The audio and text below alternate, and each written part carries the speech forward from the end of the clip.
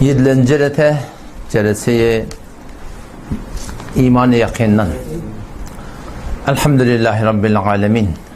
Ve salatu ve selamu ala seyyidina seyyidil enbiya vel mursalin ve ala alihi ve sahbihi ecma'in. Dünya 2010'da yaşap geçpiyat. Adamda dünyada izhar-ı meniyeti var. Milliği var insanda. Men ettim diye. Men yaptım diye. Men kazdım diye. Adamlar men nimeti var. Eden işine, ödüne büyük olması var.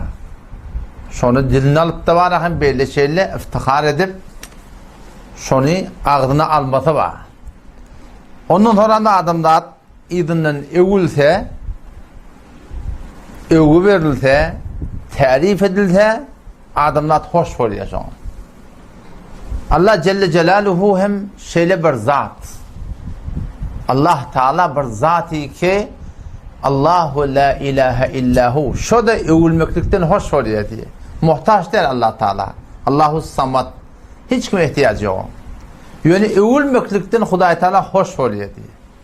Ve la ahada ahabbu ileyhi el midhadu min Allah. Hadis-i geliyor. Hiçbir adam Allah Teala'nın yanına ol bir adamdan söygüller ki Allah Teala ne uyedi.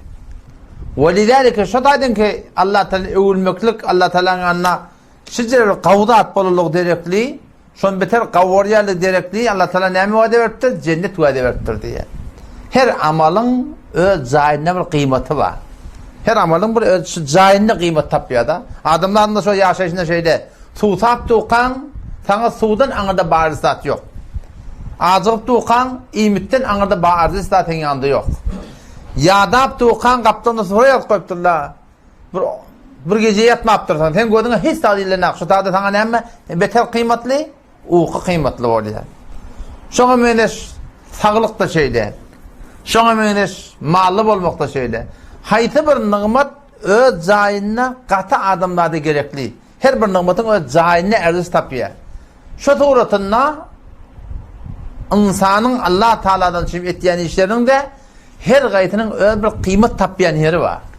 Her gayetinin bir kıymet tapıyan yeri var. Bu vakbolya namaz zamanı çağırdığı şu tadı hiçbir amal şu tağı yetmiyor. Bir adama has farz olduğu şu adama başka bir amalın tağı şu mukabında şu vakta yetmiyor. Şu tadı çok oyunda. Şuna mende sen görüptün gerekli adam gelipti vermeli. O vagan hem vermeli. Şu vermeli adama vermeli vakt şu vakt anır bas bir kıymetli vakt adamlardı yani.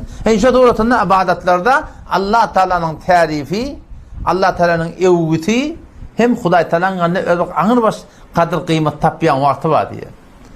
O şu daydan adamlar evlerini kavvarıyor, adamlar eden işinden hoş oluyor. İdinden tarif verteli hoş oluyor. Allah Celle Celaluhu, Allahu Samad, Allah bi niyaz, hiç kim muhtaç değil ama Allah Teala hem Halıkımın evlerini kavvarıyor. Hakikaten şöyle olmalı.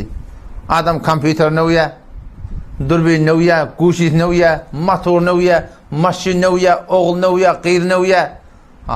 Haydi burada sen kullu şeyin halikun şundan hemen ne olacak? Nabut bir gidecek. Ola değil ki aradan gidecek.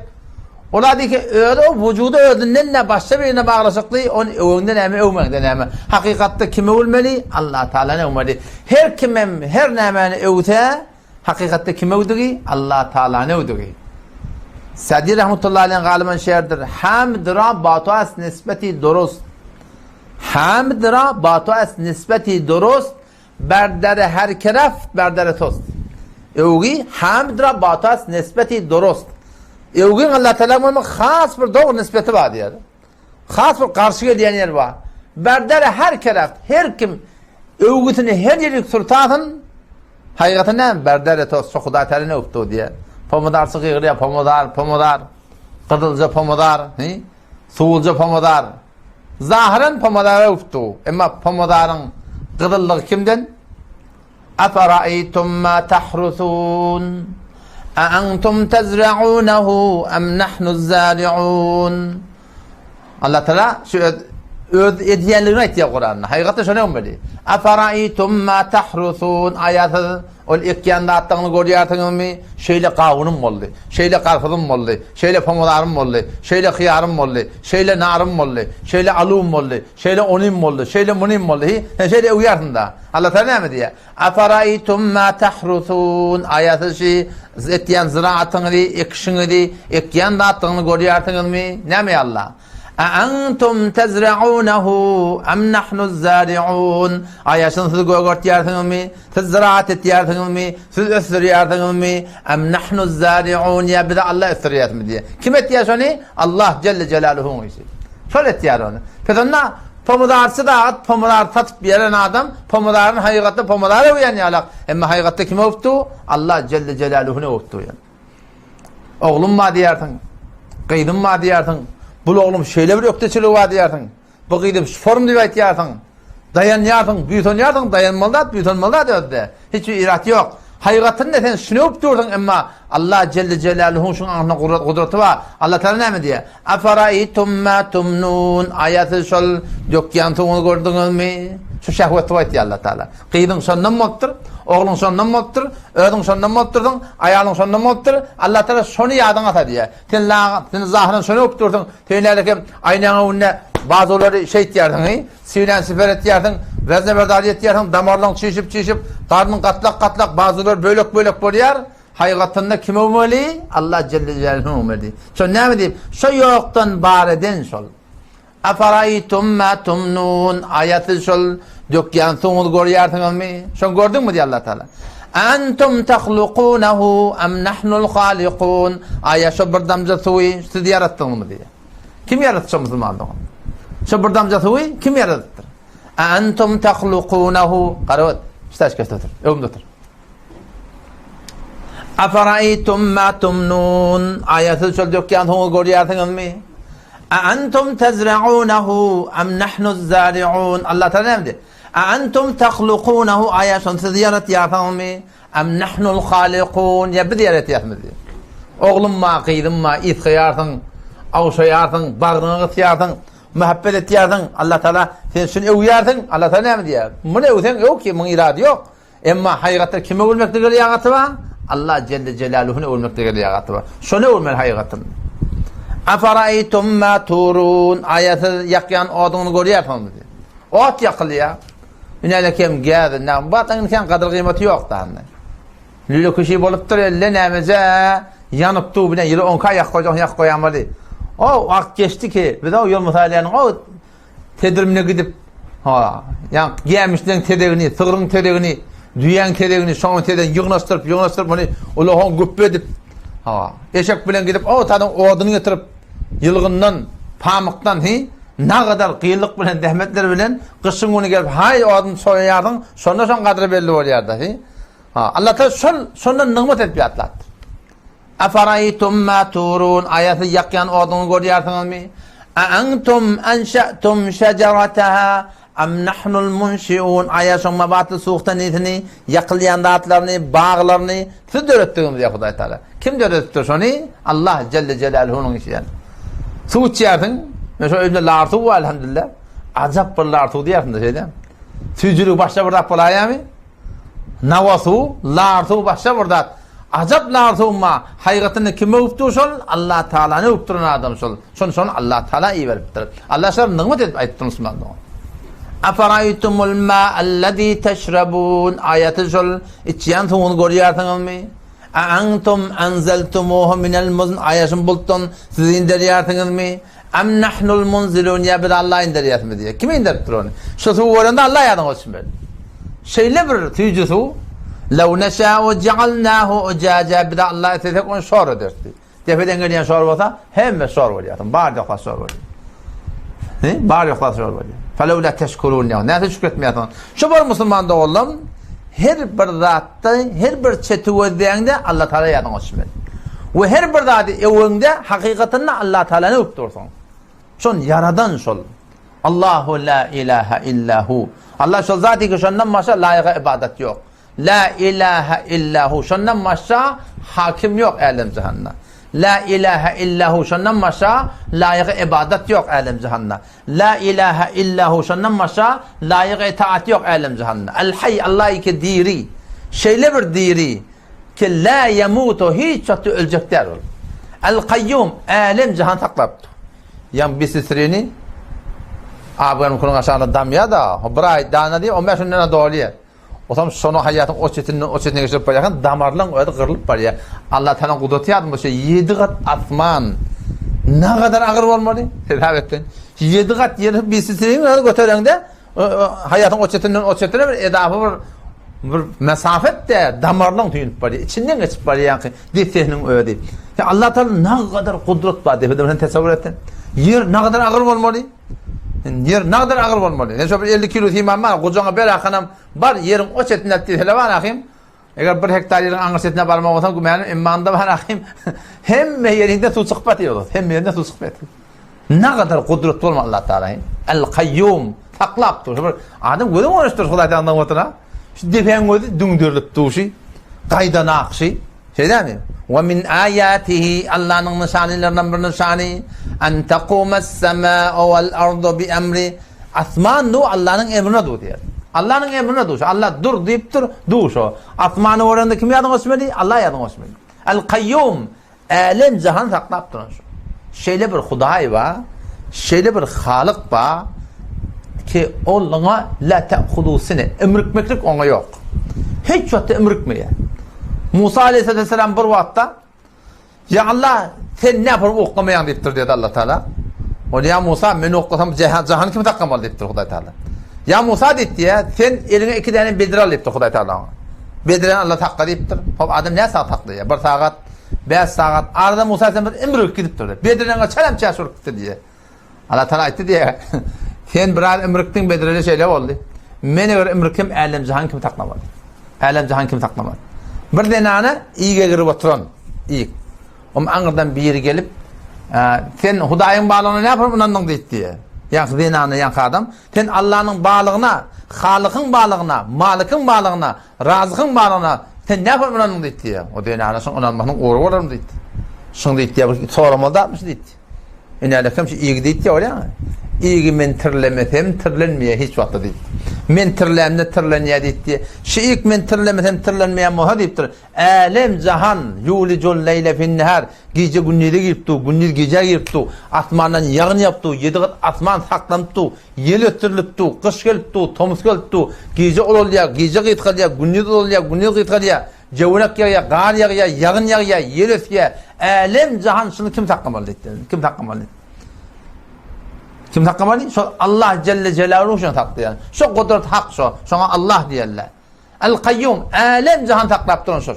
La te'hudu sine ona emrikmeklik yok. Ve la nevm ona uklamaklık yok. Şeyle bir yeketak zat ki ahad bi hemta. Avvallan bağmıştı o. Allahi ki akıllan, fikirden, zehimden, gümeğinden koyanda kudretine fikreden de sen anlayarsın. Öyle dursun onun. Kudretine fikreden de anlayarsın. Maktum Şahir Ramazan bir şehir var yardım etse. Karı yerden yaşıl tevde koya gördüm. Allah'tan kudreti da bunu gözümde öğreniştir. Daha ek yardım arpa çıkıyor, ek yardım buğday çıkıyor, ek yardım zörret çıkıyor, ek yardım pomidor çıkıyor, ek yardım xiyar çıkıyor. Her gayet bir renk, bir iz, bir tağ, her gayet ayrı. Bu gözümde öğreniştir sana. Karı yerden çıkmalı. Karı yerden yaşıl tevde koya gördüm. Her ağaçtan türlü meyve çıkardım. Şu ağaç var ne? Ağaçında meyve çıkmalı. Sen bardan narın böyle eğer içinde böyle yaprak çıktı, meyve durdun onu. Sen sonra incirden böyle, tutudan böyle, haydi bağırdan böyle. Sonra meyve çıkmalı. Hudaytan ulukan kudretleri şey yani. Karı yerden yaşıl tevde koya gördüm. Her ağaçtan türlü meyve çıkardım. Gün bağların meyvesi artıp, gül açılıp bağı bostan yarattı. Maktumulu bugününe şükreyle, Allah'ın kudretini görüp fikreyle. Sen kudretinden tanıymasın. Mahtumuli bugününe şükreyle, Allah'ın kudretini görüp fikreyle, rızk için gam'ime babacan, şu ayağın aşağında karın sahini yetirdi Huday Teala. Huday Teala karın sahini yetiriyor. Sen Huday'ı oraya bol, Huday seni oraya çeker. Böyle bir da harc edip yetirilmeyen getiriyorsun. Rızk için gam'ime hakkı zikreyle, edelle yazılan tenden daş olmaz deyiptir. Allah onun rızkı böyle koyup durar şey değil mi? Hadise geliyor da Allah Teala deyiptir Peygamberimiz ki Allah Teala şey diyor ya da ki Allah Teala dünyanı Allah Teala kavvarını da veriyor, kavurmadığını da veriyor deyiptir. Ama dini Huday Teala kavvarını veriyor diye. Belki Peygamberimiz hep şey. Allah Teala hadis-i kudusi de Allah Teala dünyanı kavvarını da veriyor, kavurmadığını da veriyor. Ama dini kavvarını veriyor diyor. Şu tayda ne bilmeli? Allah'ın kavvarını olacak olmalı. La ta'khuduhu sinetu ve la nevm. Lehu ma fis semavat. Asmalarda ne kadar rahatla var. Allah bilir bunun bir nihayetini yapalım ya. Ne kadar rahatla var kimin ki? Din şu Allah Teala'nın. Ve ma fil ard yerin yüzünde şu an ne kadar milyar ton kızıl vardır. Neft vardır, gaz vardır. Haydi buradaki ki badi zaten. İşte yerinin ne kadar kıymeti var onun ya. Yerin günde her neyme olsa kimin ki? Allah Celle Celaluhu. Lehu ma fis semavati ve ma fil ard. Men zellezî yeşfe'u indehu illa biizni. Allah'ın yanına hiç kim keplep bilmeye, meğer öyle icazet vermeye diye. Başka padişahların yanına kafin kakyan balaya yardım, keplecek olan keplaya yardım, doğa soru yardım da. Ama Allah Teala'nın yanına biraz şefaat edecek olsa, bir sipariş edecek olsa, Allah icazet vermeye olmuyor. Men zellezî yeşfe'u indehu illa biizni. يَعْلَمُ مَا بَيْنَ اَيْد۪يهِمْ وَمَا خَلْفَهُمْ ayende de ne olacak sonun haber var. Geçerlerde ne olacak sonun haber var. وَسِعَ كُرْسِيُّهُ السَّمَاوَاتِ وَالْاَرْضِ Allah'ın ilmi asman yer hemmedadı qabağıl diyordu. İçindesin qabağılı. Şu an mesela anhın uğramak. Ama Allah Teala hiç burada mana olmuyor. Hiç burada yediğat atman ödün basıp takap mesela ona. Yediğat yer diğer ya öyün anırtı, divarın anırtı, perden anırtı. Gözün anırtı, kalbin anırtı. Hiç birdat ona mana olup bilmiyor. Kul huvallahu ahad ayçolallah yekta bir mesal. Allahu samad bir niyaz. Hiç kim muhtaç değil. Lem yelit doğurmaptır hissadi. Bolluğunu boptur. Ve lem yulet doğurulmaptır. Avallamamıştır. Ne yapalım kanun Allah Teala? Ve lem yekullahu kufuven ahad. Onun manendi yok. Hem tazi yok Allah Teala. Ne yapırmılık yok onda. Leyse kemislihi şey. Hiç burada sonyalık değil. Ve huves semi'ul basir. Allah şeneva binad. O da Müslüman'da oğlum. Şu Allah Celle Celaluhu miniteni şu dünyada bir maksat direkli yaradı. Şu dünya bir maksat direkli bir geliptir. Belki geliptir de getirttirle bir ödme gelen adamı diyor. Ve bir de hetmin hem alıp hem gidecekler Müslüman'da oğlum. Bir maksat direkli getirttirle. Her vaat her zamanla şu maktadiyattan çıkaran adamlar oldu. Dünyanı dünya bilip, şu dünyanın yaşayış bilip, bara o dünyanın yattan çıkaran adamlar oldu. Nihayetin o dünya yok diyen adamlar oldu. Nihayetin cennet, cehennem, kıyamet, evlat, dirilmek yok diyen adamlar oldu. Hem işe oldu. Kaf vel Kur'anil Mecid. Kur'an'ı okuyun yani. Kur'an alın. Ehl-i sünnetin okuyun güne bir yarım dakikadan sonra vakit koy. 20 dakikadan sonra vakit koy. Kur'an kitabı iman sazıyla. İmanın doğruluyor. Alın tercüme Farsi'ye ehl-i sünneti Kur'an'ı okuyun. Mana var sonuna. Kur'an'ın ayetleri iki form. Kur'an'ın ayetleri iki form. Ahkamma başa vade, ve'id, korkulmak, tücülük, cennet, boşluk, metal, destanma. Kur'an'ı olamalı diye 5 tane ayet ahkam var diye. Onları Kur'an'ın düşünmekte kıyırrak var diye. Haydın hakkında bir ayet indir, ayet indir. Ama hakkında ne kadar kitaplar yazıldı. Asılmadı kitaplarda. Zekatın hakkında da var, zekat ver deyiptir. Zekatın hakkında cüdegane kitaplar yazılıptır. Kur'an'da yok. O da Kur'an'ın oyunu düşünmekte kıyım oluyor. Ulema botta var, şuruhatın o demese bu kıyım oluyor. Ama kalan ayetler ne mi? Kalan ayetleri umum Müslüman hem mi küçük biliyor Müslüman da onu. Sure-i Kamer'da Allah Teala ne diye? وَلَقَدْ يَسَّرْنَا الْقُرْآنَ لِلذِّكْرِ بِقَدْتَنْ şu Kur'an'ı pende netiqattan çirim antaat ettik diye. Pende netiqat yeri antatsın. Methal yeri antatsın. Destan yeri antatsın. Kıyamata anlamakta yeri antatsın. Cennetin destanları antatsın. Beter antatsın.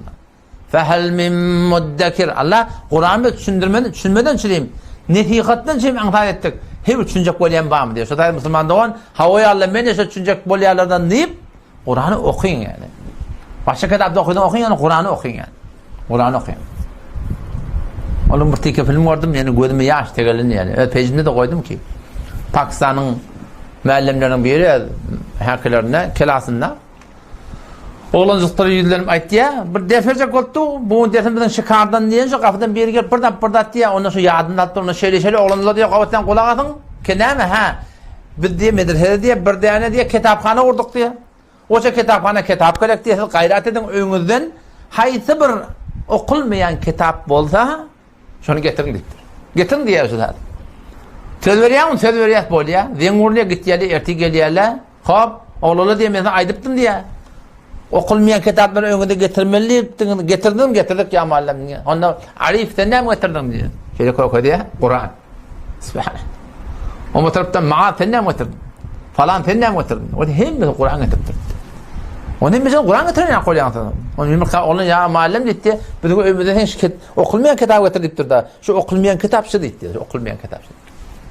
Şu okuyucu hele olur şeyden Kur'an okuyulan hak. Kur'an bu acayip Huda Teala ulemaları veriptir ehl-i sünnete. Acayip avudan enedil Farsi zaban diyen enedil Türkmen dili tercüme eden var. Enedil şunu arahim var. Avudan düşündürüptürler biliyorum. Alın Kur'an okuyun. Kur'an kitabı iman. Kur'an kitabı iman. Her vaat her zamanla şu kıyamatın gurrunu çoğu da kıyamatı bir adam ananmaklık. Kullu zendigin bedel ettiği ahlakın ütçetiye, reftarın ütçetiye, maaşret, oğlun şok bilen etkiyen berkordun ütçetiye, yerin içerin ütçetiye, yatarın ütçetiye, gözleyen adın ütçetiye, hemmeden ütçetiye, ne ütçetiye? Kıyamata iman. Haydi burada da şöyle ha.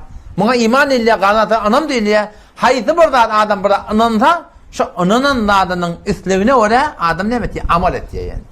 Koronanın oraya değil mi? Bir de bana korona sahip taktık mı adına? Korona sahibi oldu, mask vurduradı mı? Deskeş giydiradı mı? Talarlar tehdit ettiradı mı? Bağdarlar neyette tehdit ettiradı mı? Ayetler ne yapalım tehdit ettiradı mı? Ne kadar gitgelleri ki şeriatı tehdit ettiradı mı? Diğer kenarlar tehdit ettiradı mı? Ne kadar tehdit ettirdi biliyor musun? Kim ettirdi? Anam ettirdi koronanın uğrunda. Haydi burada adam anam tapsa, adam şu anamına oraya amal etti ya. Kıyınçılık çek ya. Zahmet çekiyor, zannen geçiyor adam anam eden de adına. Kıyametin şeydi.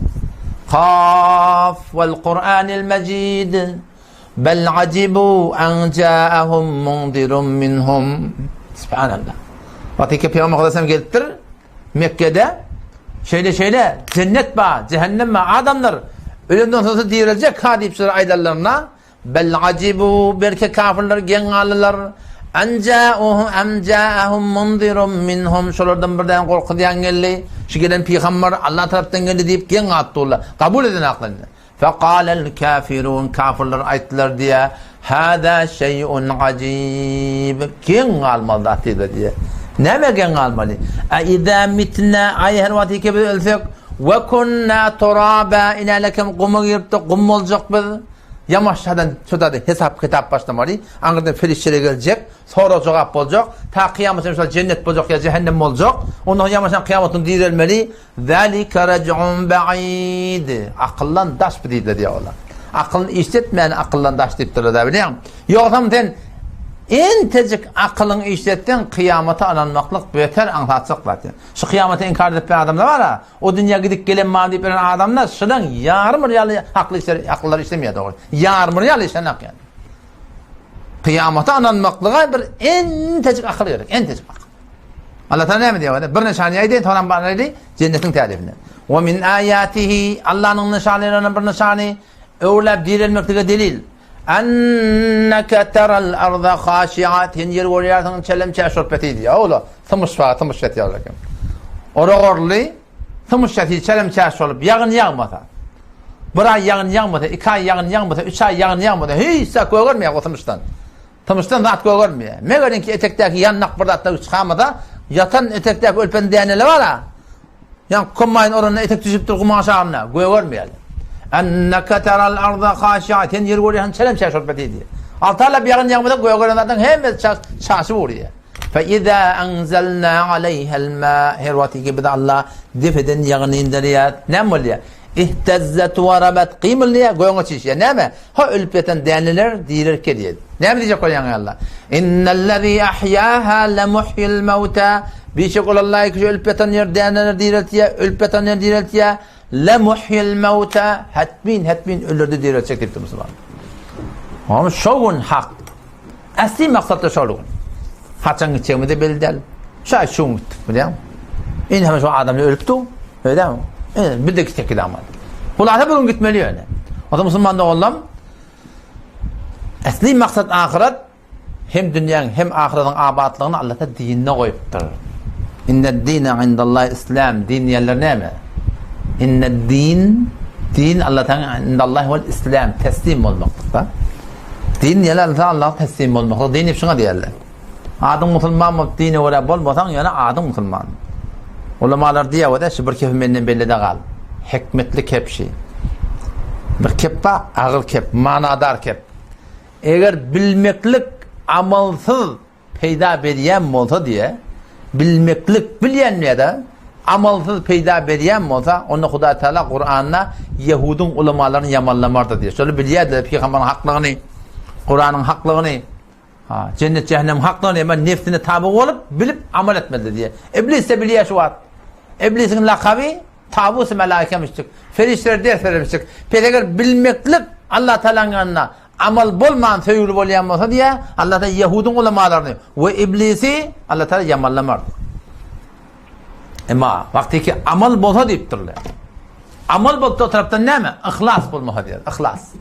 Hudaylık veç bolmaha deyiptir. Allah Teala münafıklar deyiptir. Kur'an'la onlar deyiptir. Söymen aytmardık. Sure münafıkın inmerdi. Çıdır bilemez ya da. O Yahudiler Rablar bilip amel eden akla. Bizim zamanında bak hay biliyor takayım. Bilenin peydası yok amel etmeden. Ve bilip de amel eden de peydası yok. Eğer ne mi? İhlas olmasa Müslüman'da. O zaman şu dayıdan asli maksat ne mi? Ahiret Müslüman'da.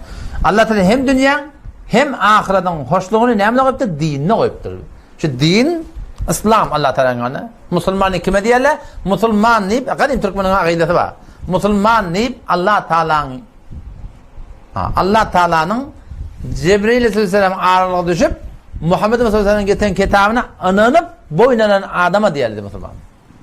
Allah'tan iyi veren dinle Cebrail Aleyhisselam ağırlığa düşüp Muhammed Aleyhisselam'ın getiren kitabına ananıp boynanan adamı Müslüman diyorlar. Yani bilmekle Müslümanlık değil mi ya? Boynalmaklık gerek. O boynallım deyip de amel etmeden Allah'tan Kur'an'a münafık deyip de Müslüman doğum. Ondan sonra kutayla hakkını istiğfar edeyim. Ve amel edeyim inşallah Teala. Keşol hem dünya hem ahiret nimet ya. Hoşbaht et ya. Set derset yani şey yani. Set derset Allah Teala. Ondan sonra Kur'an'ın benim vaadeti. Kur'an'la Allah'ın vaadeti yüklemiyor ağzı. Şu vaade şu. Allah söz ediptir da men şunu dun niye? Nimet edin. Ve men ya'mel salihan min zekerin ev unsa ve huve mu'min her bir erkekten anike eğer deyip de Huda Teala. Eğeri başına geldi. Her bir erkekten anike eğer men Allah bilen peygamberime ola olsa ne mesek ki Allah? فَلَنُحْيَنَّهُ حَيَاتًا طَيِّبًا Hetmin şu erkek denana şu dünyada arası yaşayış verecek mi deyiptir. Yöne verecek diye ne diyor? Hetmin verecek deyiptir ya. Şol ama Hasan eğer men benim peygamberime ola boha diye. Biz ne mi diye halka ola olmalı diye.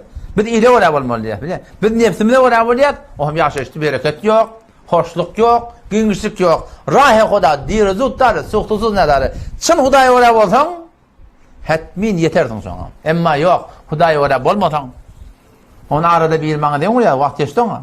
Akunağa doğa etmen diye günonşum diye. Günonşum bereketi yoktu. İşleyen ben diye. Kavu da çıkarayan ben. Neyle gittiğini bilemem. Ben sen namaz zamanı da var ya o namaz zamanı diye düğünlükte namaza doğru okuyun yapmıştır orada. Ben dedim hadise geliyor dedim. Allah Teala ve Teala 3 nefer lanet etti. Rahmetinden daşaltıyor. Allah'ın rahmet gözünden düşüyor. Kim? Biri bir denana öyle adam sayı düşüğüne çağırıyor. Can tak keyif kök. Gelmese Allah'ın laneti şu denana. Bir imam mescitte imam oluyor. Millet de şundan şeriat taydan narda. Rebaiye falan etti deyip. Az öyle doğanlarda çok dava umurunda. Yine öyle ki bir nefsin gurunda yok. Şeriat oradan Müslümanlar millet narda. Yine de doğru imam olsa şu imamda Allah Teala lanet etti diye. Üstünüz kim? Mescid adan hayya ala sediptuha mescide barmasan Allah lanettan diyor. Ozrun var yatık kalyan, merid olyan. Haydır ozu şer'i mi ol ayrı vurun. Yoksa Müslüman'da onun günahsızlıkta hiç hoş takılmıyor. Hadise geliyor da innel mer'e le yahrumu minel rizq. Birçok adamlar mahrum oluyor diye Peygamberimiz. Ne meden rızıktan mahrum oluyor. Rızkından yarıptır Allah verecek diye koyuptur ha. Emma eden günahı derekli bizden biyusibu eden günahı derekli şu Hudayın bircik diye koyulanı verilmeye diyor. Neme derekli? Günahı derekli. Allah Kur'an ayetiyor da وَمَنْ اَعْرَدَ عَنْ ذِكْرِ her kim beni Allah'ın şeriatına oraya bulmadan yüze orta. Dine oraya iyeri, içeri, geyeri, eşteri, radi. Tecrübe fezai mezazi de oraya da. Kimin tadı gerek? Kimin kızağı gerek? Kimin aydımı gerek? Musulman ödü, Musulman. Bilen aksını. Sonra ödeyanı sonra iyi verecek. Şeriata oraya mi? Aslında şeriata oraya diye mi? İşi yok Musulmanın. وَمَنْ اَعْرَدَ عَنْ ذِكْرِ işin bota olsun, bolmasa olmasın. Ödün kavuryan. Yani Allah'a edip koyup duruyor. Tebarek ve Teala. Bu da söz, Huday'dan geçen söz. Bu da dige ödü olmuyor Musulman'da. Huday'a ödü olmuyor. Kime ödü olmuyor? Bir de ödü olmalı. Bir de ödü olmalı. Huday şu Huday'la dur. وَمَنْ اَعْرَدَ عَنْ ذِكْرِ Allah'tan sözü. Her kim beni Allah'a şeriata oraya bulmadan yüze vurdu. Dine oraya bulmadan yüze vurdu. Ne yapacak ki Allah? فَاِنَّ لَهُ مَعِيشَةً ضَنْكَ bir şey şunu diyor. Yaşayışı dağdan diyen olur diye Huday Teala. Bunun ki pullu olsun. Dağdan diyen. Fikri taydan, ruhi taydan, cismi taydan, hanımedeki taydan, mali taydan, dağdan diyen. Bula şu dünyati, o dünya. وَنَحْشُرُهُ يَوْمَ الْقِيَامَةِ اَعْمَ Erti kıyametin kofanına diyor, gördün, kör kopar diyor. Kap beyzat görene, kap kalan kemmer. Ya Allah, bunlar ne mi? Teteşçi adam var, ne mi? Birbirine kalktı, böyle kalktı, başka aylık ne mi oldu? Kâle Rabbi lime haşerteni e'me. Ya Rabbi Allah, ne mi ben kör kopardın? Vakat kuntu basira. Ben dünyada gözüm vardı, görüyordum. Allah Teala ne diyecek? Kâle kedâlike etetke âyâtuna fenesîteha. Vâhâ, bizim hükümle mi sana geldi? Din şu değildi, peygamber şu değildi, şeriat şu değildi. Sen onu oraya bulmadan yağdan çıkardın. Ve kedâlikel yevme tunsa tennebûn yağdan çıkarılacak diye Huday Teala biliyor. Yağdan çıkarılacak. O zaman şu taydan hem dünya hem ahiret hoşluğu ne mi de? Allah da dinini koyup dini oraya bulacak inşallah. Geçerleri kutahilerden her bir kutahi olsun. Allah mehribandır. Allah mehribandır. Hayti bir narahatı oldur. Hayti bir kutahi oldur. Arada da bir comment diye peyam verdim ha. Akuna ben bir günah ettim diye. Ben bir günah ettim diye. Mişi yüzümden çıkarak diye. Allah ben bağışlarım kaçtı. Bana burada sen değilsin diye. Ben şöyle Kur'an'ı ödedim diye. Huday Teala'nın şöyle bir mehribarlığını diye ki. Şimen de günah, neymi günahını aytmadı kim yani. Birli boşundan bir form bir yanlışlığın üstünden bir de edip duruyor. Şimen şu günahımı geçerim dedi. Ben Sure-i Zümer'den ayet-i Kur'an'ı verdim. Allah Teala'nın ayetini söz. قُلْ يَا عِبَادِيَ الَّذ۪ينَ أَسْرَفُوا عَلَى أَنفُسِهِمْ لَا تَقْنَتُوا مِنْ رَحْمَةِ اللّٰهِ اِنَّ اللّٰهَ يَغْفِرُ الذُّنُوبَ جَمِيعًا اِنَّهُ هُوَ الْغَفُورُ الرَّحِيمُ Kul ayet ey peygamber ummetine ait benim bendeleme ait ya ibadiyellezine esrafu ala enfusihim ey bendelerimi ki nefsine zulmettiniz her ne kadar günah edip durdun tövbe edip durdun yine orada günah edip durdun kendinden günah oluptur Allah Teala ne diyor la taqnatu min rahmetillah Allah rahmetinden namit olmaz ne mi deyip innallaha yaghfirud dunuba cemi'a Allah günahların hepsini bağışlar koydu bur oradan İnnehu huvel gafurur rahim. Maşallah bir şey bağışlandı mı yarban? Yani iki iş edin diye. Ve enibu ila rabbikum yalvarın diye. Ya Allah oturur. Men ettim ya Allah nimetim ödüm ettim ya Allah bağışla beni. Ya Allah enem hakkımda enem öyle gidiptir ya kemçilik ettim. Atam hakkında kemçilik ettim. Hem tay hakkında kemçilik ettim. Haytur kemçilik ediptir ya Allah beni bağışla. Ondan sonra abi ve eslimu teslim olun dedi. Teslim olun ya Allah ben bundan menek ya Allah ben hem dinine oraya olacaktım. Allah'a teslim olmak. Kutahiler iki boluptur. Hakkın nas olsa bara yugoşuşu ödemen uğraşmalı. Enen hakkında atan hakkında eden kutahilerini cobran etmeli. Miradın hakkında eden kemçiliklerini cobran etmeli. Haydi bir hakkın nas olsa şu ne biliyor musun? Cobran etmek gerekir inşallah. O zaman şun bereketine hem dünyamda abat olacak hem ahiretimde abat olacak. O zaman Kuday Teala Sure-i Vakıa'da dertim biliyor. Sure-i Vakıa'da Allah Teala cennet verecek deyip duruyor. Cennet diye bağlılık. Bir nihayet bağlılık var. 7 kat atmanın üstünde. Teneler kızıldan, teneler kümüşten, şakalar gur, redif, ikligli. Bir tesavvur et, adamın tesavvur var da biliyor musun? Yani şu an kıyavanla böyle şeyle haydi burada gözün alıyor da. Hatta cinsi muhaliften, denanın cemaatinden burada gözün alıyor. Şu dol hıyalını öyle değil mi? Dol hıyalını öyle. İnsan erkekle şeyle de. Cenneti de tesavvur etmeli. Allah Teala cennetin bağlarını öptür. Cennetin hurlarını öptür, cennetin akarlarını öptür, cennetin meyvelerini öptür, cennetin yerini öptür, içerini öptür, ahine mi? Hala da adamı başına deyiptir. Bir nihayet bağlılık. O yap yaşıl redif bağlar ekili gözün yeter gidecek tökünecek ama bağlar tökünecek der yani. İyinin öyle 7 kat atman 7 kat yarlak deyip Huday Taala. Tamam bağlar redif yap yaşıl dağı bir kaptalan deryatı bir kaptalan çölü bir kaptalan ulukon köşkler bir kaptalan bağlara yelefenle şakalarından sazı musiki şöyle bir avadın tetkiye diye eşitilmedik taattan hoş bu mulayim ayağın aşağındaki daşlar morvarit gövher akar tuğun içindeki daşlar morvarit lo mercan akar sütten akar ballan akar saf sade sudan akar şaraptan şöyle çıpar akbar yan hoş mulayim hava immanna hiç yerde kıl yok takkal yok murt yok peşev yok dehret yok koynaktan egmarsana koynelmek yok yırtılmak yok yerin içerin gagirip çıkacak moşkun yitip olup der olup çıkacak moşkun yitip olup erka adama 100 adamın gücü verilecek başka bir kudret verilecek başka bir heykel verilecek otur bitirmeden boy verilecek ulukon bağlarına da ulukon olmalı biliyor musun? Ölürüne de ulukon olmalı. Şu kadar bir bağ bostalığın içinde hawlalakim keyik gelip ya, soğunu gelip ya, tavşan gelip ya, hokor gelip ya, halan da adam. Allah sana etti. Fi cennetin naim ala sururin mevzuna her yerde tahtlar kurulur. Şöyle yap yaşlılık der yani. Halan oturduğun geliyor da ki oturayım yani tahtlar kurulur. Ne yaparım? Muttakine aleyha mutakabilin. Karşı durup oturacaklar. Gurunga çıktı dünyadan. Ondan gurunga çıktı, bundan gurunga çıktı. Sabiqunun gibi, sahabalan ki, tabi'in, şolun doğru ayak basından basan nereden adamdan, olan khas bir cenneti olacak. Yatufu aleyhim vildanun mukhalladun. Gül yazı, onlarla ta oturdun mu? Derev dahi nemerek şeyle yetti ki, o neyden hankıtması çıkar diyeti. Oğluncuklan öğüdü başla varım avudan diye.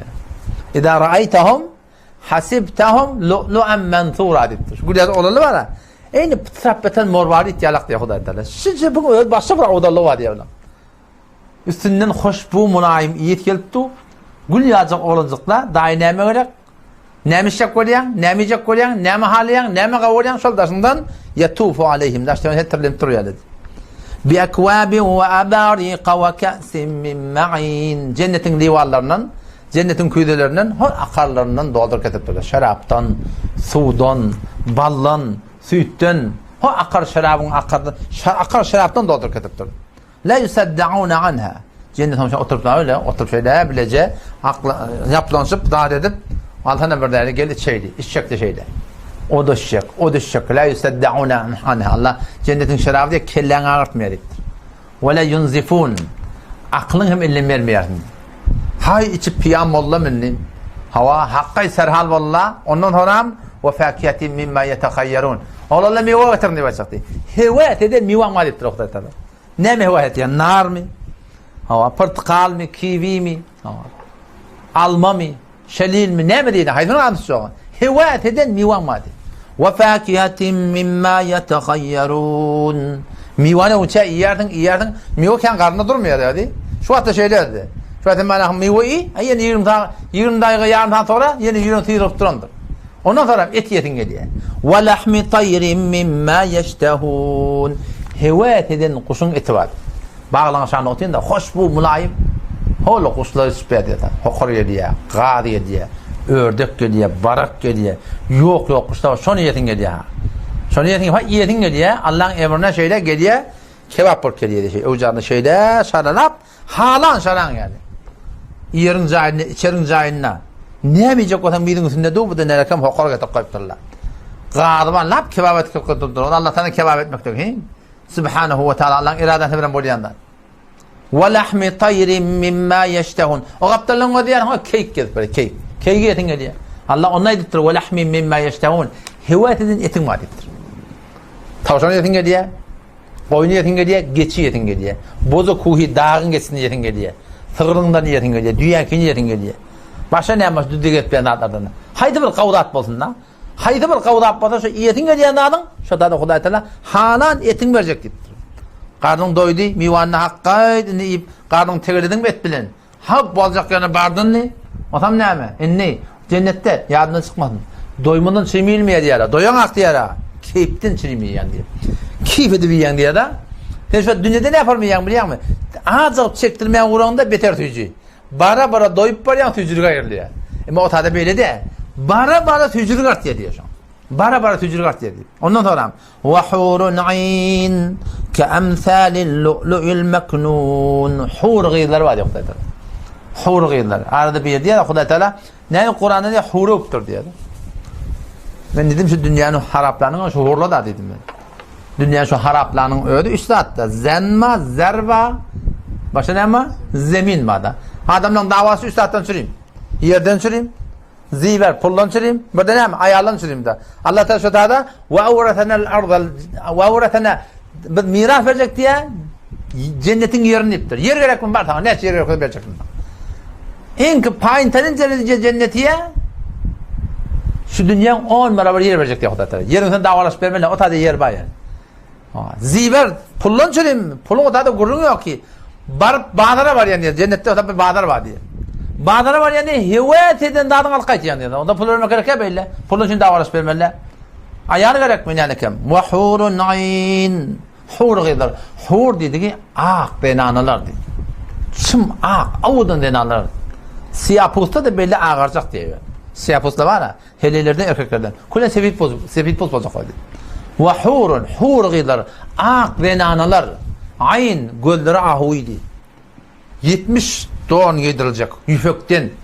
Şeyle bir avadan evin başları şeyle bir yuvakacak diye 70 evin başının anartından baldırı görünüyor. Baldırının içinden de tünkü görünüyor. Tünkünün içinden yeri görünüyor. Ne kadar ona lezzet olmalı Allah Teala orada oluyor. Erkek adamlar denanan baldırın görünüyor ne kadar tehlik oluyor bileyim. Şu taydan erkek adam namus etmeli ayağını matura mindirenine baldırın koyuk etmeli. Ki baş erkekler şuna doğduğunda iş yapar yani. Namus etmeli şuna. Şu namus etmeli daha. Ama o tada Huday Teala şu nemen hüvvet edeceksin biliyor da şu baldırın koyuk ediyor Huday Teala şöyle. وَحُورٌ عَيْنٌ Gül yalak avudan denanlar. Avudalık ne yaparım? كَاَمْثَالِ اللُّؤْلُؤِ الْمَكْنُونَ Aynı bataklıkta tam morvali yalaktır. Morvali bir de göremez. Şicre bir avudan denanlar. Nemen için verecek? Cezaen bima kanu ya'melun. Şu dünyada çeken dehmetlerin padaşı diye Huday Teala. Dehmet çekiptir, kıyınçılık çekiptir, berdaş ettir. Kıyınçılıktan hemen cennete ne verecek bu ne? Cennetin kıymeti baha diye Peygamberimiz. Cennetin kıymeti baha. Cennet için attan geçmeli, avreden geçmeli, muğiyetten geçmeli, şahsiyetten geçmeli. Allah razı olsun deyip canından hem geçmeli Müslümanlar. Cezaen bima kanu ya'melun. La yesma'una fiha lagwan ve la ta'thima. Cennetiyle hiç bir huda görün yok belli. Gevnine değecek yok, yüreğini tavlayacak yok, tan gıyzıt verecek yok, evine yamanlap yüreğini ağıracak yok, gıybet eden şahsiyetin yere vuracak yok, ve la ta'thime hiçbir günah karşılık yok. İlla kıylen selamen selama. Fakat selamun aleyküm, selamun aleyküm. Fakat hoşluk olacak. Fakat keyiflik olacak diye. Bütün de vursan ne varsan, naratif oluptur aranda. Ama elinde rahmet çekip dursun, cennete gittin, doğan, dost. Allah Teala ne diye? وَنَزَعْنَا مَا فِي صُدُورِهِمْ مِنْ غِلٍّ Yürekte ne mi? Kine kuduret var Allah. Öyle çekip ayıracak mı deyip durur. İhvanen doğun yana koyacak deyip durur. Ne kadar öyle kanlı Müslümanlar. Ama sonra yetecek olan ne mi bileyim? Sonra yetecek olan 5 yıllık adacık dünyamızı şol maktat ben yaşamalı. Vallahi bilen kasam eğer şu maktat ben yaşasak var Allah da şu dünya Allah'tan destur yaptır diye rahim o. Şu dünya Huday'dan desturu var. Sen Huday'a öyle bolsan yer deyiptir Huday Teala. Yer deyiptir, dünya deyiptir. Eğer sen benden bana öyle bolsa sen son kulluğuna bol deyiptir. Ama haydi benden ben aydan öyle bolmasa sen son kulluğu al deyiptir o zaman. Ama sen dünya kulu ol yanında. Şöyle kötünüp yan hayır helak ne hiç satın malakım aklı kolan neden ne oğlan çoktan ne dosyardan hiçbir dattan. O bunun neydeyin o da oğlan sen eğer Hudaylıklı bolmasa Hudaydan korkmasa oğlan sen şu dünyada betbat eder. Yüreğine dağ batar yani. Yüreğine dağ batar. Şunu dost olan biri diye onu aytıyor da. Dedim diye doğalma diye verdi diye. Ahir diye dolamtı diye de malum hem etmeyen ki diye diye. Ortak da demektir yani. Şun o doğan din oğlan olsan dinine rahmet çekmektir. Oğlun uşan namazdan rahmet çekmeyaptır. Oğlun uşan Allah'dan korkmanda rahmet çekmeyaptır. Oğlun uşan iki dindar olmasa sana şunu de var avre vermeye Müslüman.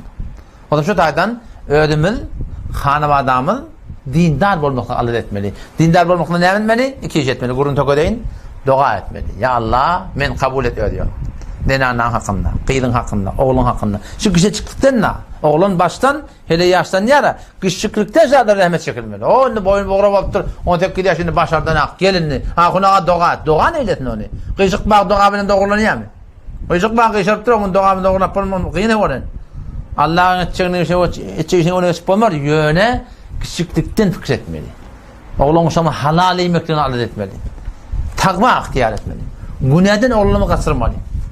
Harc etmeli, tefrihine de, yerine de, içerine de, giyerine de, minerine de, oğlun uşamın dinlilerine, ola basavat olmalı dedik de, ola şoğlu olmalı dedik de, yok kompüter de sana öğret. Şoğlu öğret sana. Halalın halal kâzibi öğret. Koy hoş olup bir açıdan şey değil mi? Ama maktadı ne etmeli? Ahiret etmeli inşallah.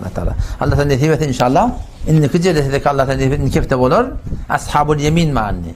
Ashab-ül yemin yerleri umumi musulmanlar. Yani kayda cennetimiz hususi cennet sahabalanki sahaban ayağın batan zayi. Şol adamlanki. Şimdi bir tane umumi cennet var. Onun köp adamlar bozaktı bir Allah Teala. Geçerlerden de geleceklerden de umide Allah Teala. Bir de şolardan etsin. Neden şu dünya ne hemen hoş olmaz. Bana heyran sana. Şu ne hemen hoş olmaz. Vallahi yarın kıyametin kayıklı yüreğimde şu var ha. Şu dünyada hoş olur. Rahat yok ha. Ya haçan giden gidelim olmaz. Ne hemen hoş olmalı. Ya o maşin vertirler. Hava. Ben minniptir. Getirdiğin günüm getirdiğin ne diyecek o? Ne hemen hoş olacak ne o? Ola Allah'ın ayetaydı ama. Ola yine o da hilaf emir 4-5 gün diye hediyer. Kudayın hasan alacak elde. Allah dinleyeceğim tevfik versin. Vesselamu aleyküm ve rahmetullahi ve berekatuhu.